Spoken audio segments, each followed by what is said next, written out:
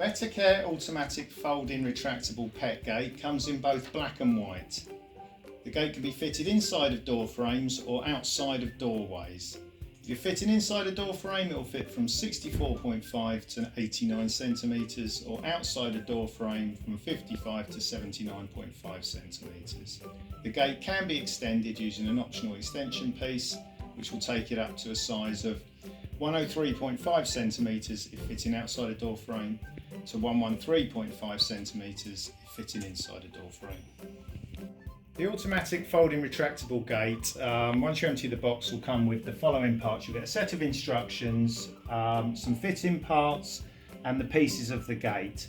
As we run through the installation instructions, we'll show you how all the pieces of the gate can fit together, and we'll show you how to connect the gate to the surface you require to connect it to. Automatic retractable folding gate can be fitted inside or outside of openings. This is very useful, so if you have a passageway, for example, you could fit it on the outside of openings, or you can fit it inside doorways. So for the purpose of this demonstration, we've measured the space inside the gate frame that we're going to use for fitting. Our space is 75 centimetres wide. If you follow the chart down the page, you'll see that we're fitting inside a doorway at 75 centimetres. So first of all, we need to configure our gate as per the diagram here, and then we move on to step 4 to fit the gate to the frame. Following the instructions, the first thing we need to do is separate the main part of the gate. We do that using the following tool. This tool here comes on this configuration, and what we do is we take the tool, which has got a very small plastic piece on there, and just push that to release in there. Then what that will do is that will enable the two pieces to be slid apart. We then slide the pieces apart and we repeat the process as per the instructions where stated on the instructions. Once we've separated all the pieces out, we then reconfigure the gate using the chart shown below. Now what we have to do is we have to put in the 3 extra pieces in the middle of the panels, and then we have the end piece to go on the end of the configuration. So to slot the panels together, it's just the opposite of what we did before. Is we slide the panel in, we'll slide it up, and then when you get to the bottom, you'll hear a click, and that's one piece done. Now what we do is we repeat this process through the configuration until we create the gate that we need. Once we put the last piece of the configuration in and click through, we follow the instructions and move on to step 4. When it's time to fit the 2 side brackets, the first thing is to make a decision on which side you want the hinge bracket and which side you want the closing bracket. The closing side is the side with the groove through the middle of it. And the way that we position where we're going to do this is we use the same tool that we used to open up the panels earlier. We just place that on the floor because this will give us the height that we desire.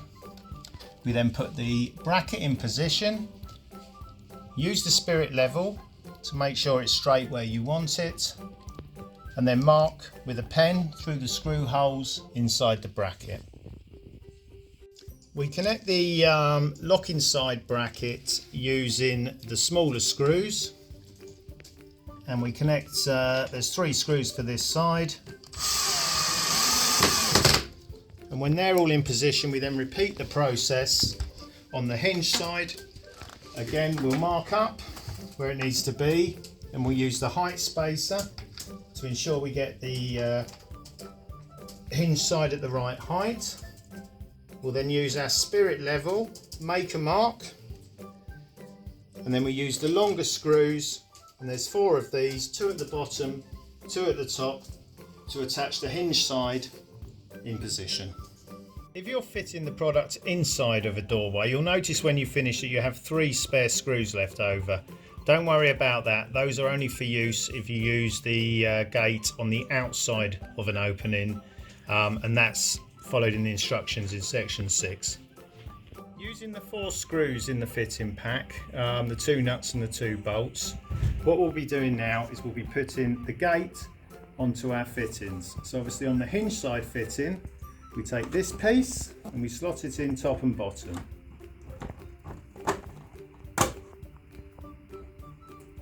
We'll then be taking the screws, the nut and the bolt, and pushing them in. We'll push them in and screw them up, but what you'll notice is there's a little bit of movement here, which gives us the possibility of some fine adjustment later on in the process. So we've fitted the 2 screws, the nuts and bolts at the top and the bottom. What we do here is we try to keep this nice and neat with a nice straight line. I'm just going to do a final adjustment on this one, do a tiny loosener, push it in a little bit to make sure it's a straight line. I'm happy with that line, so I can finally tighten it up into position.